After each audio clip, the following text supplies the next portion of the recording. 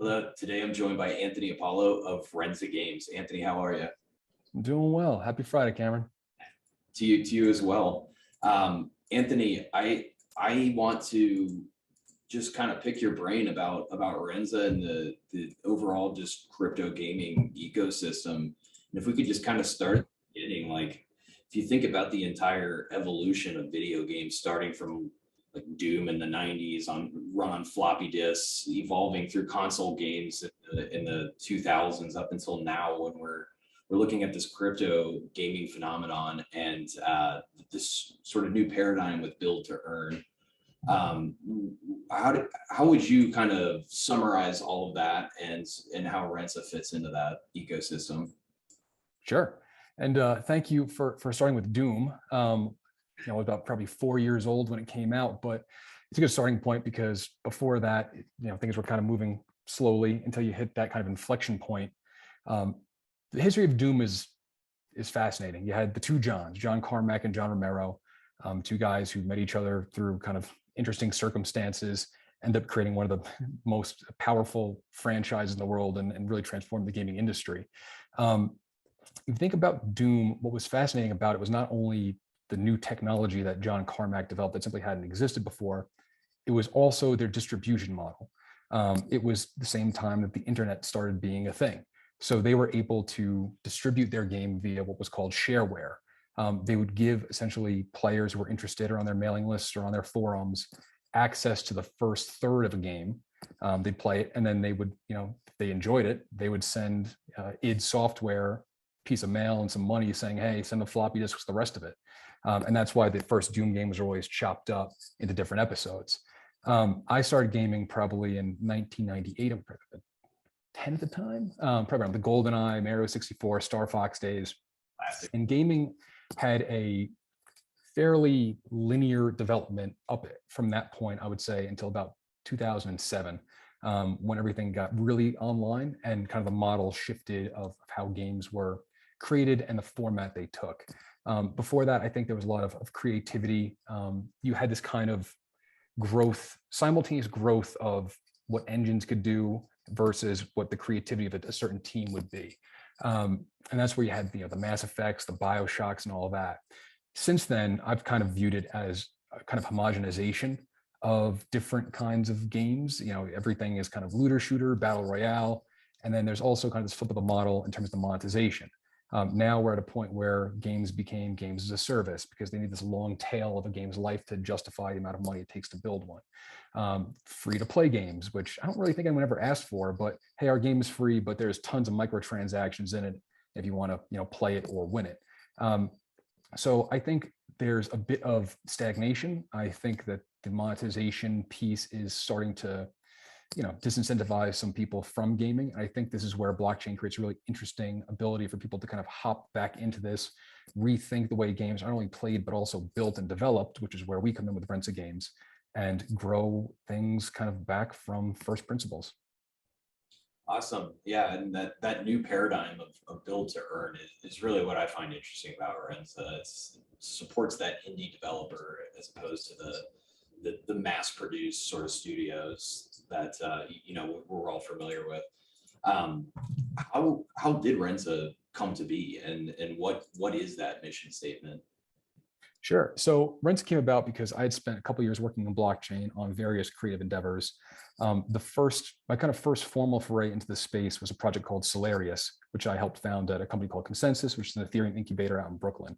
The premise of that project was we were going to create a decentralized science fiction franchise. So create the struts of this world, work with artists, authors, musicians to create content for it, and then put all these different mechanics in there for the community to vote on which parts of the story became official content, ratifying different pieces that were created by people outside the universe and who could contribute and monetize it, and most importantly, have the IP rights in it.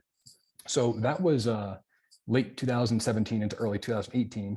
There was one NFT project at the time, which was CryptoKitties. No one was talking about DAOs. No one was talking about tokenized voting. No one was talking about metaverses.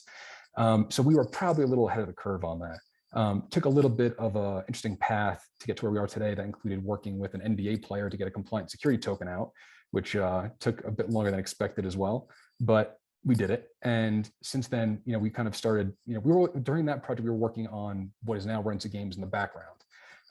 We, like I said before, myself, my brothers, the various partners we work with, we were all gamers growing up. And we were working on blockchains. We started just kind of reaching out to different publishers that we were able to kind of find connections to. And, these weren't sales calls. It was more to find out if these entities had even knew what this technology was. And if they did, how would they use it or would they use it? And a lot of those conversations went the same way, which is that blockchain is slow, expensive, cumbersome, hard to implement, and we don't really know how much it'll do for the games.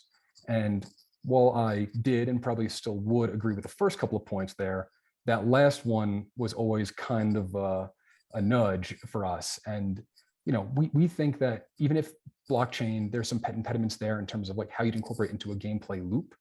In terms of developing games, it would be very advantageous to kind of accelerate and make more efficient that process. So we started scoping out what is Rensa Games based on a tokenized infrastructure that predominantly for now starts with game tokens and asset tokens. The way it works is that if you are a game developer, so Cameron, you're an independent game developer, which requires a lot of knowledge. You got to figure out not only the story to make a good game and the characters and the characterization and music, figure out animation and your art assets and all that stuff. It's hard, which is why a lot of the kind of indie stuff is like 2D side scrollers. On the other side of the barbell is like AAA development that takes 7 years. So there's nothing in between anymore. We said we're working on technology that's really good at kind of bringing people together. So we've modeled out this infrastructure where, again, Cameron, if you're the independent game dev here and you need to grab some music off the shelf, and you don't know how to make that music yourself, you don't have the budget to go buy something off like the Unity asset store because it's prohibitively expensive.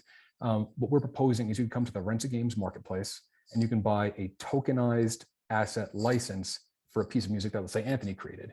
You purchase that, you pop that asset into your game, and when you sell your games on the Rensa Games marketplace, you'll receive a lion's share of revenues in real time from that transaction because you built the damn thing. But then Anthony and anyone else whose content you license through those tokenized asset licenses will receive a royalty in real time. So that, we think, is kind of the big shift from where things are today. It's something that when we talk about with independent game developers, like, okay, cool, that sounds great. Let's see how it works out. And then we'll show them an actual transaction happening on Ethereum or happening on Polygon, where we say, this is your game, or this is your royalty tranche. We show it on Etherscan or Polygon Scan, and they're like, oh, I got paid already. I'm like, yeah, that's the benefit of it. Being on calls, people will send them like some Matic. Once we're helping them set MetaMask wallets and some Matic, some ETH, like, oh, it's already here. I'm like, that's how fast this stuff works. Happy to expand on that a bit, but that's for us where we are today, like the real crux of just get people paid in real time for what they've done. And there's a lot we could do with the technology from that point on, but that's where we are today, and we're pretty proud of that. It's really fascinating stuff. You're taking the decentralization principles of cryptocurrency and blockchain technology and applying that to the development of the game, not just the platform, but the development of it as well. It's really interesting stuff. How would someone who has very little to no Ethereum or smart contract experience get started on your platform? Yeah, well, the good news for where we are today is that our smart contract pretty much handles everything. So no Solidity required to use Rensa Games if you are a developer. You can't see it on our website now. We kind of put it behind the scenes while we figure out the onboarding process and kind of spin things up with independent game developers. But it's going to be pretty straightforward. You come to Rensa Games, the studio, what we call it. You upload your game or your asset. You upload your cover art for it. You specify your royalty distribution, which chain you want to be on, the price. And one of the things you do is also specify the number of licenses. If you want it to be a scarce asset, you can do that. If you want there to be 10 billion copies of it, you can do it. It doesn't change any pricing or anything on our side. You just upload your content and share it how you want it. That we handle. You don't need to do anything besides make some good assets that people want to use or some games they want to play on our platform. In terms of the kind of one impediment that I think most projects have, which we are certainly not invincible from, is just getting people to set up digital wallets in their browser. But again, it's something that MetaMask and others have made so easy that once you get people on the horn to explain how you do it, it's a couple of clicks and it's there. All I need is your public address, put that in, and you start earning money. It's that simple. Yeah, it is an incredible application of Web3 and MetaMask, and it's really cool to see how you're continuing that sort of evolution of Web3. What chains are you on right now? So now we're on, yeah, now we're on Ethereum and Polygon. The plan is to kind of broaden that as we go. We don't want to be a bit too scattered in what we wanted to launch with. I think there's some pretty obvious ones out there in terms of, being on like Solana. There's a lot of gaming projects happening on Solana. You can't deny where Star Atlas is, right? Even Avalanche being EVM compatible is a pretty good argument to made to be, argument to be made to support that chain as well. And there'll be more over time, and then it'll grow. But for us right now, we're starting with Ethereum because it's where I came up, and Polygon is a very stable, good layer too, right? To do a lot of royalty distributions on Ethereum's main chain can be somewhat taxing in terms of gas prices, but on Polygon, you're paying, I don't think we've ever paid more than 6 cents for a transaction. That including uploading stuff and then minting tokens and all that. So we've had a very good experience with that so far, and we'll grow from there. It's the beauty of the layer two there. My last question, Anthony, where do you see Web3 heading? What do you see being the next big thing? The next really big, I don't want to call it not necessarily fad, but the next big thing to blow up, like we had NFTs and then now the metaverse. What would you say is next in that? Yeah, it's an interesting question because I think NFTs have certainly had their time in the sun now. DAOs for a while had their time in the sun. I wouldn't say either of those things really hit the apex of where they can go. I think we're seeing just the training wheels for right now. And I think those concepts will become things that most everyday people are using. They won't know about it, but I think they'll be using it in the next 10 years. I think compatibility is going to be the next big thing here. I think the metaverse conversation has started that. I think the metaverse concept is a bit too cumbersome right now and that's where we're going to kind of hit like a brick wall. When people start thinking about, oh, let's put it in the metaverse, everything's a metaverse now. Well, we already kind of had the metaverse with like Second Life, right? We've kind of seen how that plays out unless you do something that's radically different. And I think it's going to be hard for any big incumbent to build the metaverse because, as we just saw with Meta the other day, you can't be trying to incentivize people to create user-generated content and then taking 50% of it, of the revenues from it. Like, it's not going to work. So what I think is you'll see a more independent effort to get the metaverse out there, but that's going to take a lot of considerations around compatibility, right? How is one asset on this chain or using this engine going to be compatible? If I'm building something in Unity's engine, I launch it on Ethereum. Well, how's that compatible with this asset over here that's built in Unreal and it's on Solana, right? Where's the connectivity there? There are a couple teams working on that right now. And it's interesting to see where they'll net out. I think there's a bunch of different approaches being taken, everything from kind of creating bridges or creating customized game engines. There's that. I think that'll be the next kind of frontier. And I think that's going to be as a result of hitting some of the very natural obstacles that are in place right now. It's super exciting. It's a great time to be in Web3, and it's incredible to watch this space evolve.